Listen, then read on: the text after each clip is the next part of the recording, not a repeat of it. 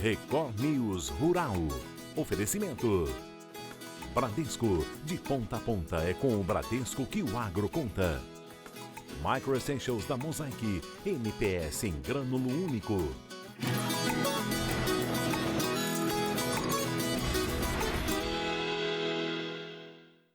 Oi, bom dia para você. O Record News Rural está no ar. A Embrapa Gado de Corte recebeu participantes do Brasil e de países vizinhos no curso de melhoramento genético realizado em Campo Grande, Mato Grosso do Sul. Uma oportunidade de aprendizado e de trocas de experiências. O melhoramento genético é uma prática fundamental na pecuária de corte e tem se desenvolvido ao longo dos anos, através de pesquisas e cursos de capacitação. Durante os 3 dias do curso oferecido pela Embrapa GenePlus, que faz parte da Embrapa Gado de Corte, alunos e pesquisadores tiveram a oportunidade de interagir e trocar experiências e demandas do setor. Foi uma oportunidade teórica de discutir conceitos importantes que o melhoramento exige para que seja de fato aquilo realizado de forma adequada nas fazendas, mas também com parte prática, mostrando como aquele conhecimento que às vezes parece algo longe da fazenda, longe do criador, como aqueles conhecimentos, aquelas tecnologias, elas podem ser utilizadas dentro da fazenda e aquilo melhorar o trabalho de seleção, melhorar os nossos rebanhos. A Ana Jô é produtora e conta como foi a experiência ao participar do curso de melhoramento genético. Não é mais tão simples como era antes, é sempre uma troca contínua, um aperfeiçoamento contínuo, então a gente tem que estar sempre antenado no que está acontecendo, quais são as melhores formas de você trazer a tecnologia da Embrapa, dos pesquisadores para o campo. Então a gente consegue trazer a tecnologia para dentro do curral. Mato Grosso do Sul está entre os estados brasileiros líderes em produção de carne. De acordo com os dados da Embrapa, a produção aumentou em 9% nos últimos 22 anos. O estado se destaca justamente por sempre ter tratado a agropecuária de forma profissional, com criadores, técnicos que vêm utilizando os melhores conhecimentos, as melhores práticas para produzir. E isso é cada vez mais necessário nesse nosso negócio. Na produção de gado de corte, em carne bovina, nem se fala. Precisamos estar trabalhando com o que há de melhor em nutrição, de pastos, de sanidade, de gestão, mas também em termos de genética. Realizar combinações genéticas que sejam favoráveis para o rebanho faz muito mais do que impulsionar a produtividade e a lucratividade na pecuária de corte. É um investimento que traz benefícios tanto para o produtor quanto para o consumidor final. Então o melhoramento genético ele vem trazer isso. Animais mais produtivos, mais lucrativos, que utilizam melhor o ambiente que a gente tem e assim impacta menos o ambiente e principalmente que traz um produto, no caso nosso uma carne, um couro de maior qualidade para servir a sociedade, que é o grande objetivo de tudo que a gente faz. Os preços do boi seguem firmes, já que o número de animais não é suficiente para abastecer o mercado interno e a gente explica. De acordo com pesquisadores do CPEA, a oferta de animais a pasto é determinante para a formação dos preços, mesmo que os confinamentos representem parcela importante das escalas de abate no segundo semestre. Os preços seguem firmes sem sinais de queda, porque o número de animais não é suficiente para abastecer o mercado interno e externo, que segue com a demanda em alta. Isso porque a escassez de chuvas no segundo trimestre estimulou as vendas naquele momento. E as queimadas acima do normal em agosto e setembro reforçaram ainda mais a comercialização de lotes que estivessem prontos para abate. Segundo o CPEA, com a oferta limitada, os preços vêm sendo reajustados expressivamente desde o início de agosto. As chuvas nas regiões produtoras de café dão alívio aos produtores, mas em alguns locais o volume ainda está abaixo do esperado. Os cafeicultores estavam preocupados com o clima seco e desfavorável, mas as chuvas que começaram a cair em praticamente todas as regiões produtoras de café trouxe um pouco de tranquilidade. Pesquisadores do CPEA apontaram que, como o registro de chuva havia sido observado também para a segunda quinzena de outubro, proporcionando a abertura de flores, as recentes chuvas devem ajudar no pegamento e na abertura da florada. Apesar da boa expectativa, o déficit hídrico ainda é grande. Por isso, a constância das chuvas é necessária para a sequência da safra 2025-26. Na maioria das praças de arábica, por exemplo, o volume da chuva é muito baixo. Portanto, ainda é cedo para estimar a influência no pegamento das flores, assim como a redução do estresse hídrico das plantas. Depois de um longo período de estiagem e dos incêndios que devastaram plantações inteiras, é hora de recomeçar. Um exemplo de resiliência vem do Mato Grosso. Um pequeno produtor rural que sofreu os efeitos das queimadas na propriedade trabalha duro para refazer a lavoura.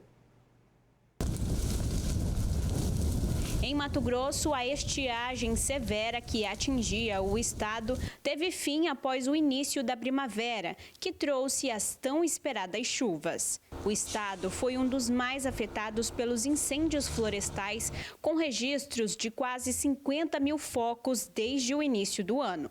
Dentre todos os problemas ambientais que as chamas ocasionaram no país, um outro problema surgia em meio às cinzas. Centenas e até milhares de hectares queimados, destruindo tudo o que diversos produtores rurais levaram anos para construir. Nessa propriedade existia uma grande plantação de cana, mandioca e outros alimentos que o produtor levava para a feira do município, onde ele garantia o sustento da família. Como vocês podem ver, tudo aqui foi consumido pelas chamas na época da estiagem.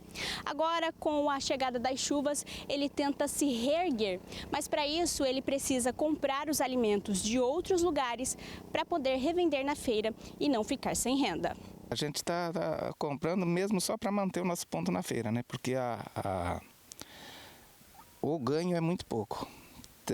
Às vezes dá o combustível, às vezes não dá, né? Às vezes sobra um pouco, mas a gente estamos felizes com isso, porque pelo menos está saindo, conversando com as pessoas, né? E Deus tem abençoado, nunca falta, né? Mas, apesar do prejuízo material, o seu Almeri não se deixou abater pela tragédia. Dedicação e resiliência, com certeza, são as melhores palavras para definir alguém que, mesmo depois da perda, continua com um sorriso no rosto. Agora, ele já almeja novos rumos para a sua propriedade e quer se prevenir para o próximo período de estiagem. Principalmente a minha frente aqui, eu quero manter pelo menos uns 50 metros aqui sem nada, gradeadinho, né, na seca. E o que eu puder fazer é irrigado ao redor da casa aqui, pelo menos, né, para eu ter verde, para o fogo não queimar, né, porque palhada seca leva tudo, né. Então essa é a nossa ideia agora, né. E esperançoso, assim, sempre na esperança que as coisas vão melhorar, né? Eu creio que vai melhorar. Então, se eu não tiver esperança, não adianta eu lutar mais, né? Esperança sempre, né? A produção de alimentos orgânicos ganha cada vez mais espaço. Em Marília, no interior de São Paulo, um produtor de hortaliças usa a hidroponia para melhorar a produtividade e, claro, aumentar a rentabilidade. Nessas estufas que ficam em Marília, a produção atende outras cidades, como Bauru, Ourinhos, Assis e Tupã. A gente atende grandes mercados na cidade e região, o mercado eu não posso reclamar não. A venda nossa é muito boa. O ciclo da planta até chegar na fase de colheita é bem menor que na agricultura tradicional, em média 25 dias e já vai para o mercado. A técnica consiste em colocar micro e macronutrientes dissolvidos na água. Uma bomba faz a circulação dessa cauda. Ela passa pelas raízes e o aproveitamento é quase total, bem diferente se fosse na terra. O sistema nosso hoje é tudo automatizado, então a gente programa lá no computador lá, aí a irrigação irriga a cada 1 hora, 5 minutos para refrescar o ambiente, porque essa planta também não pode cair muita água. Se ela cair muita água, traz doença, sabe? A estrutura conta com uma lona que funciona funciona como um difusor de luz, espalhando a claridade. A tela ajuda a amenizar o calor nos dias mais quentes. Essa de cor vermelha é de Israel, assim como a maioria dos aspersores. Na ponta do lápis, a hidroponia compensa. Quer ver só? Para montar uma bancada como essa, o agricultor investiria em torno de R$ 2.200. Ela é capaz de produzir até 100 maços em torno de 25 dias. Cada maço é comercializado a R$ 4,00. Ou seja, depois de 4 colheitas, ele consegue recuperar o investimento. E tem mais, a durabilidade desse material. A garantia é de 8 anos, mas ele pode durar até 20 anos. O Everson é engenheiro agrônomo. A hidroponia é uma das especialidades dele. Ele conta que o sistema é uma das opções para enfrentar as mudanças climáticas, ora com calor extremo, seca ou frio congelante. Eu costumo dizer assim, o produtor que tem condição de fazer um investimento, trocar o seu sistema de cultivo do solo para um sistema de hidroponia, apesar do investimento ser um pouquinho alto no começo, mas ele vai ter um retorno bom no decorrer do tempo. Por quê? Hoje no sistema hidropônico, ele vai conseguir ter um cultivo muito mais rápido, às vezes com 25 dias ele já consegue fazer a colheita dessas hortaliças foliosas em sistema de hidropônico. Diferente às vezes no solo, que vai ter um percurso aí de mais ou menos 35 a 40 dias. O investimento inicial pode ser algo proibitivo para alguns produtores, mas no final a hidroponia se paga sozinha. O sistema hidropônico ele tem algumas vantagens para o produtor rural. Uma delas seria a facilidade de manejo dessa cultura, por ela estar suspensa do solo. Uma questão assim de controle melhor da produção.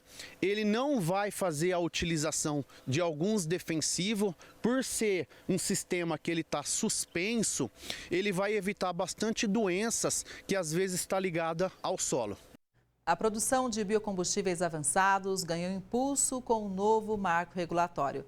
A Lei do Combustível do Futuro foi sancionada neste mês. Ela estabelece o incentivo ao diesel verde, o biometano, combustível sustentável de aviação e o aumento das misturas de etanol à gasolina e biodiesel ao diesel. O Brasil pode liderar o fornecimento de fontes energéticas mais sustentáveis no mundo e, para isso, conta com a Embrapa. Quem chega para dar um panorama para a gente é o Alexandre Alonso, que é pesquisador e chefe-geral da Embrapa Agroenergia em Brasília. Bom dia, Alexandre. Seja muito bem-vindo ao Record News Rural. Bom dia, é um prazer estar aqui com vocês. Prazer o nosso também, com certeza. E para falar de um assunto novo, mas muito importante, principalmente no momento que o mundo fala tanto de mudanças climáticas, né? Exatamente. Acho que a gente passa por um momento muito interessante aqui no nosso país, porque a gente está ganhando um novo impulso para a produção de energias renováveis, e não só de energias renováveis, mas principalmente de agroenergia, de bioenergia. É uma forma, obviamente, de energia renovável, mais conectada com o campo, mais conectada com o agro, que vem a partir de fontes de biomassa. Então, esse é um momento muito interessante. A gente teve recentemente a aprovação da Lei do Combustível do Futuro, né, que, como você mesmo disse, trouxe aí uma série de novos incentivos esses que vão também gerar oportunidades para a nossa agricultura. Então, é um momento bem legal. Agora, Alexandre, o que esse momento vai trazer já de reflexo no campo? A gente vai ter que aumentar a produção de culturas como, por exemplo, cana-de-açúcar? Eu acho que vai ter dois reflexos principais no campo. Acho que o primeiro deles, além da gente, obviamente, ter a questão de aumento de produtividade, diz respeito à forma como a gente produz as matérias-primas que vão ser utilizadas para a produção de biocombustíveis. Isso porque os biocombustíveis eles não são, na verdade, novidade no Brasil, né? O Brasil tem um longo histórico de produção de biocombustíveis, começando principalmente com o etanol, já há várias décadas, né? Desde a época do Proálcool, passando pelo biodiesel, e muito disso se estimulou por uma questão de acesso a combustíveis, e principalmente por uma questão de custo para esses combustíveis. Mais recentemente, essa agenda de biocombustíveis, de agroenergia, ela passou a estar colada, vamos dizer, também numa agenda de sustentabilidade.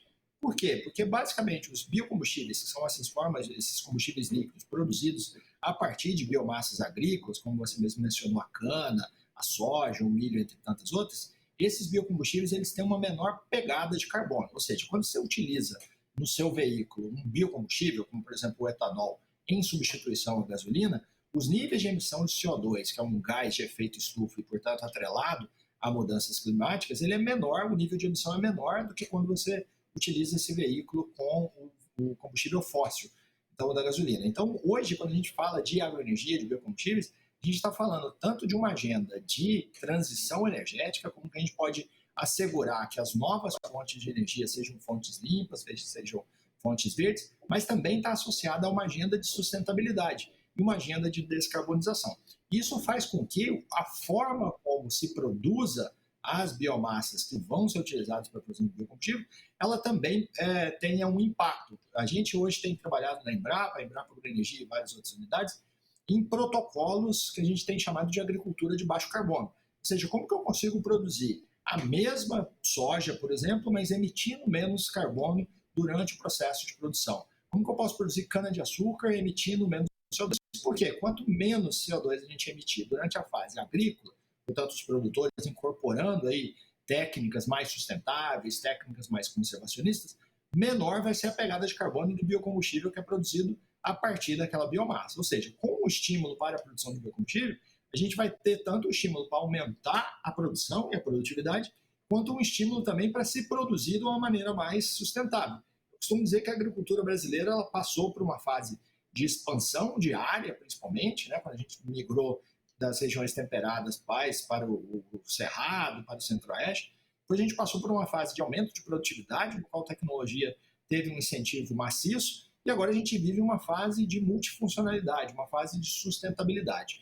Então, com biocombustível, essa agenda de sustentabilidade ela é muito presente. Então, acho que para os agricultores, a gente vai ter um estímulo também para a adoção dessas práticas de agricultura de baixo carbono. Agora, como você mesmo disse, o programa, a Lei Combustível do Futuro agora, ela traz, por exemplo, o aumento da mistura do etanol na gasolina, passando do de 27, 27,5% para podendo chegar até 35%. Ele estabelece, por exemplo, um cronograma de aumento de misturas para o biodiesel no diesel fóssil.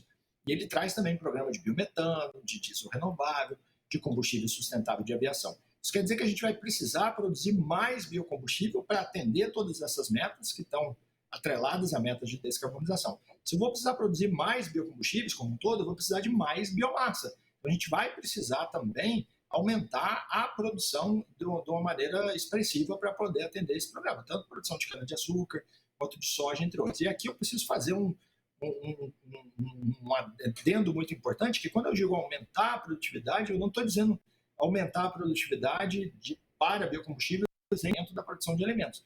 Com a tecnologia que a Embrapa tem trabalhado junto com outros parceiros, a gente está fazendo um desenvolvimento tecnológico que permita que a gente produza mais produtos agrícolas, ou seja, mais alimento, mais energia, mais biocombustíveis, mais bioprodutos, naquilo que a gente está também chamando de biorefinarias, ou seja, explorar a biomassa na sua totalidade. Então, quando eu falo aumento de produtividade, é aumento de produção e produtividade para tanto aumentar a produção de alimentos quanto de biocombustíveis.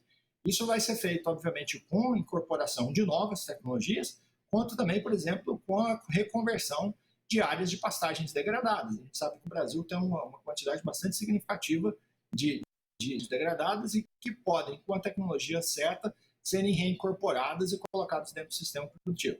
Então, eu diria, para não me alongar tanto aqui, que a gente tem duas grandes oportunidades para a agricultura. Um de aumento de produção, que para atender um aumento de demanda, tanto por alimentos quanto biocombustíveis, decorrentes dessas novas legislações, e também um estímulo para que a gente possa incorporar ao sistema produtivo práticas sustentáveis, para que a gente possa também ter uma agricultura de baixo carbono, gerando, portanto, produtos de menor pegada de carbono, biocombustíveis com menor pegada de carbono. Isso, as duas oportunidades por si só, trazem inúmeras oportunidades para os nossos agricultores também. Alexandre, então, para a gente concluir o seguinte, nós damos conta da demanda, a gente vai conseguir dar conta da demanda, mas o caminho é ciência e tecnologia para que tudo isso seja viabilizado. Tanto é que a Embrapa, inclusive, já está estruturando todo um programa sobre cana-de-açúcar, né? Exatamente. Eu sempre digo que a agricultura brasileira é uma agricultura essencialmente que é movida à ciência. O sucesso da agricultura brasileira se deve ao desenvolvimento de um modelo de agricultura essencialmente tropical. A gente não incorporou técnicas de agricultura de outros países porque as condições climáticas eram diferentes, condições de solo diferentes, então a gente precisou desenvolver um trabalho que a Embrapa fez com bastante afinco, de desenvolver uma nova forma de se fazer agricultura. Certamente para incrementos, ou a agricultura tendo esse papel de maior multifuncionalidade, ela atendendo outros mercados, isso vai demandar que a agricultura também tenha um incremento de produção de produtividade a partir de ciência e tecnologia. E aí, como você bem disse, a Embrapa está fazendo um trabalho de estruturar um programa de pesquisa em cana-de-açúcar, de modo que ela possa organizar redes de pesquisa para dar respostas ao segmento produtivo e também para que ela possa ter uma plataforma de colaboração com outros atores que atuam nesse mercado. Isso vai permitir com que a gente se reposicione, em alguma medida, nesse segmento de pesquisa com cana-de-açúcar e dê também contribuições. Cana-de-açúcar, lógico, é o principal expoente da agroenergia do país e vai continuar sendo também o principal expoente para os novos biocombustíveis. Isso porque quando a gente fala, por exemplo, combustível sustentável de aviação, que é algo muito novo que está chegando aí, uma das rotas para a produção desse biocombustível sustentável de aviação é a partir da cana-de-açúcar, a partir do etanol, por uma rota tecnológica chamada de álcool to jet, ou de álcool para o combustível sustentável de aviação. Agora, a Embrapa tem feito um trabalho também com outras matérias-primas. Por exemplo, a gente tem feito um trabalho muito grande recentemente com a macaúba, que é uma espécie, uma palmeira perene nativa da região aqui das Américas, que tem um nível de produtividade de óleo bastante elevado e com uma qualidade que pode atender tanto o mercado de óleos mais especializados quanto também o mercado de biocombustíveis. A gente acabou de fechar algumas parcerias com alguns players estratégicos aí no mercado para poder fazer o processo de domesticação e desenvolvimento de sistemas de produção para a macaúba. Então, esse é uma espécie que a gente tem apostado muito, assim como a gente tem apostado, por exemplo, também em canola. Canola que é uma espécie também para produção de óleo, que pode atender mercado de biocombustível, quanto óleo para outras especialidades. Normalmente, esse mercado de canola está mais associado a regiões de clima temperado, e a gente iniciou um trabalho já há alguns anos de fazer com a canola aquilo que a gente fez com a soja, fazer um processo de tropicalização da canola para que a gente possa ter plantios de canola em áreas de cerrado, principalmente da região centro-oeste. Hoje a gente já tem alguns experimentos com níveis de produtividade muito interessantes. E além, obviamente, de focar em pesquisa com as culturas agrícolas, né, a gente também, obviamente, tem pesquisa com milho, que está aumentando a utilização para a produção de etanol. A gente tem um grande volume de pesquisa no processo industrial de conversão, seja da cana, do milho, da canola, da macaúba, de resíduos agrícolas, né? Porque quando a gente está falando, por exemplo, de biogás, biometano, a principal matéria-prima aqui vai ser resíduos agrícolas, que vão ser biodigeridos no biodigestor para produzir um biogás purificado a biometano. Então a gente tem um volume grande de pesquisa com os bios, como que eu posso ser mais eficiente em explorar as biomassas para gerar esses biocombustíveis. Então, muitos desses processos são processos biológicos, mediados por micro-organismos. Então, a Embrapa Agroenergia, junto com as outras unidades, concentra tanto na parte agrícola, de novas variedades, novos sistemas de produção, novos usos para essas biomassas, quanto também com a parte de sistema, com os processos agroindustriais para a geração desses biocombustíveis. E aí é muito interessante porque a gente, normalmente quando a gente fala em biocombustível no Brasil, a gente está falando de etanol e de biodiesel. Como você bem colocou no início desse papo, hoje a gente está falando de etanol de primeira geração, de segunda geração, a gente está falando de bioeletricidade, está falando de biodiesel, está falando de diesel renovável, está falando de biogás, de biometano, está falando de combustível sustentável de aviação, está falando de hidrogênio de baixa emissão de carbono, hidrogênio esse que pode também ser obtido por um processo de reforma de biometano ou reforma do etanol. Então, quando eu falo da agenda de biocombustíveis e de agroenergia hoje, a gente está falando de uma multitude de produtos, todos eles que têm como base produtos agrícolas. Então, a agricultura brasileira que sustentou esse desenvolvimento da produção de biocombustíveis até aqui, ela também vai ser central para permitir a expansão da produção e uso de biocombustíveis avançados também no futuro. Então, acho que esse estímulo para a produção de biocombustíveis representa também um estímulo para a agricultura, porque a gente não consegue falar de biocombustível sem falar de agricultura. Exatamente. Alexandre, você já explicou para a gente que realmente a cana-de-açúcar é o carro-chefe quando a gente fala de biocombustível e citou, claro, também outros produtos que são usados também. Agora, em relação a soja. Queria que você explicasse um pouquinho sobre o potencial da soja. A gente pincelou sobre o milho. Vamos falar também sobre a soja, por favor. Vamos sim, claro. Quando a gente fala de biodiesel, que é um biocombustível que pode ser utilizado como substituto do diesel fóssil, esse biodiesel ele é produzido por rotas que utilizam óleos e rotas tecnológicas que utilizam óleos e gorduras animais. Então, hoje, a principal espécie que gera matéria-prima para a produção de biodiesel no país é a soja. Eu diria que 70%, 75%, às vezes até 80% da produção de biodiesel do país utiliza óleo de soja como base. Uma outra parcela também grande, mas menor do que a da soja, utiliza sebo bovino. Quando a gente fala em expandir a produção de biodiesel e também aí tratando de diesel renovável, que é um combustível que ele é diferente do biodiesel, mas também a partir de óleo vegetal, inicialmente toda essa produção de biodiesel adicional para o incremento de mistura que está previsto na Lei Combustível do Futuro, quanto também para atender a produção de diesel renovável. E até pensando em combustível sustentável de aviação, que uma das rotas é a hidrogenação de óleos vegetais, a soja vai continuar, obviamente, tendo um papel central nesse processo.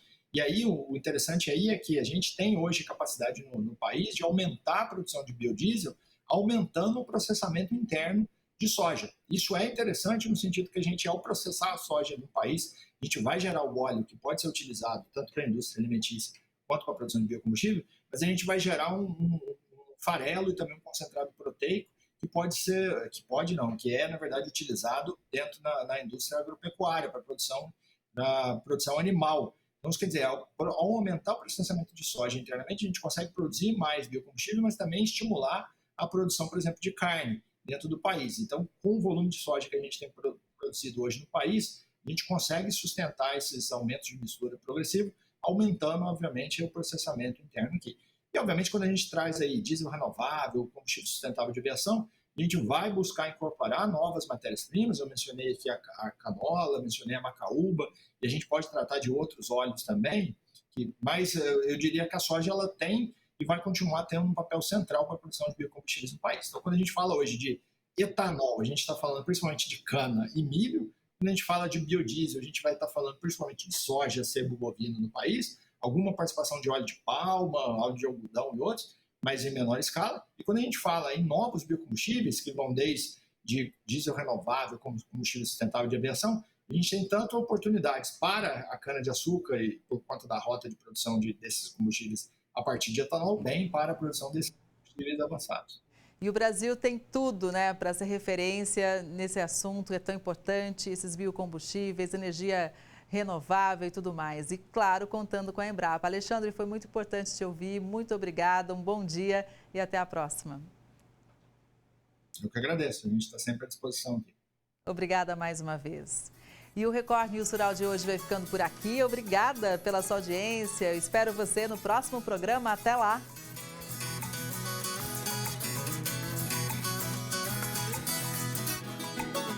Record News Rural. Oferecimento. Bradesco. De ponta a ponta é com o Bradesco que o agro conta. Micro Essentials da Mosaic. NPS em grânulo único.